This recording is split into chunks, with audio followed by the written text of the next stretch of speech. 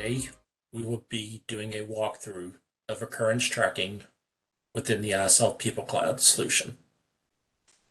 Let's get started.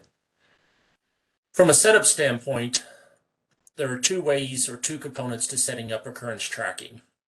First is under client management, under HR management, under performance, there's an option called corrective actions. With corrective actions, you have several tabs that are available. Occurrence is the one that we are currently on today. And this is where you can identify what type of occurrences do you want to track.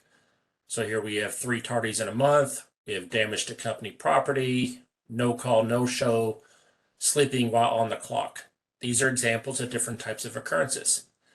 As I edit each occurrence, you can see that you can apply a point value to that occurrence. So as an employee gets caught sleeping on the clock, they will get assigned 2 points from an occurrence standpoint.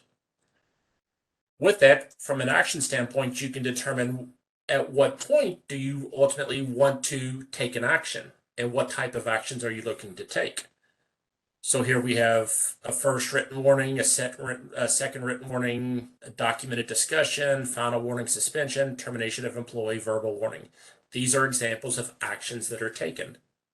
And then from an authority standpoint, who is going to take these actions with the employee? Is it going to be an HR, manager, supervisor, as an example?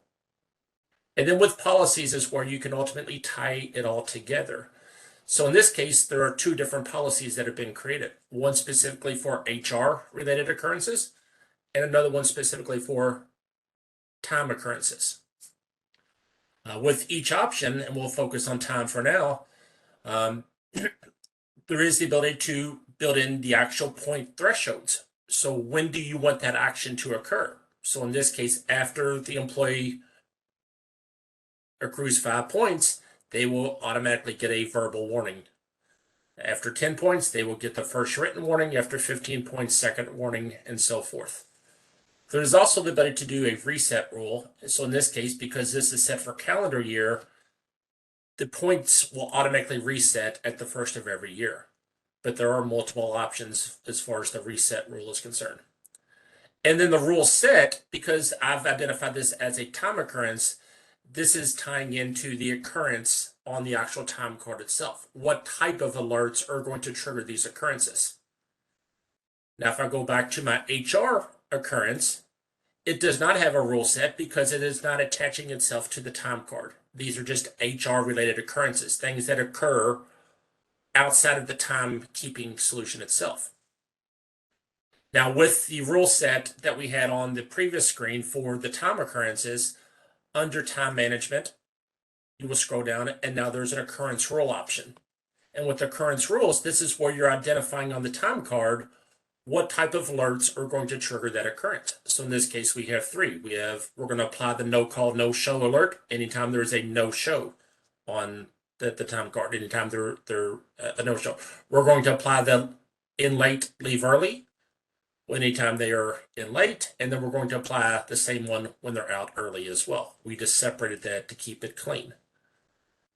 So what does that look like once the employee receives the occurrence? So under employee management, under human resources, under performance, there are 2 components that we'll focus on today. First is occurrences. This is where the system is identifying those occurrences as they occur. So as you see here, this employee has a couple no call, no shows, which were attached to the time occurrences, which lets me know that it was attached to the time card. And for each occurrence, the value of that occurrence is 3 points. There's also an HR occurrence, which is, in this case, it's rooted in aggressive language, when it has a point value of 1 point. If they're looking to add an HR occurrence to this employee's account, they would simply hit add new, and then they can choose the type of occurrence that they have built out in their list. And then based upon that occurrence, it automatically assigns that point value. Now, in this case, you can choose the occurrence date. So we can say we call them today. You can put a description and then a note. And then when I hit save, it now adds that sleeping while on the clock HR occurrence into the employee's occurrence screen itself. Now, because as these occurrences happen and the points start to add up, the corrective actions can automatically kick in as well. So we can see here from a time occurrence standpoint, this employee has, it appears to be 12 points that have been assigned to that individual. 4 different occurrences, 3 points each occurrence. So now when we get into corrective actions, the system identifies, all right, we have the verbal warning out there. So now we have that verbal warning in place for that employee. Now, what does this look like on the time card itself? So on the time card itself, if we get under employee self-service under time card, and then we click the alert detail option on the time card, it will automatically show me, in this case for this pay period, those 3 no-show occurrences and the 3 points assigned to each one. So we had one on 9/12, one on 9/13, and one on 9/14. And if we get back into the actual employee's account for occurrences, we can see those dates, 9/12, 9/13, 9/14, and the 3 points each. Now, based upon the schedule, depending on when do these points need to reset, the system in this case will automatically reset at the first of the year. So at the first of the year, this employee will be starting off with 0 points. From a client's perspective, as far as how can they generate reports off that, under reporting, you have client reports. And if we just do a quick search for occurrence, there is 2 different options out there. There's an alert occurrence count report by date range, which means that they can do it from and to date. And there's one also done by payroll run as well. So with this is allowing the client to track 2 different forms of occurrences.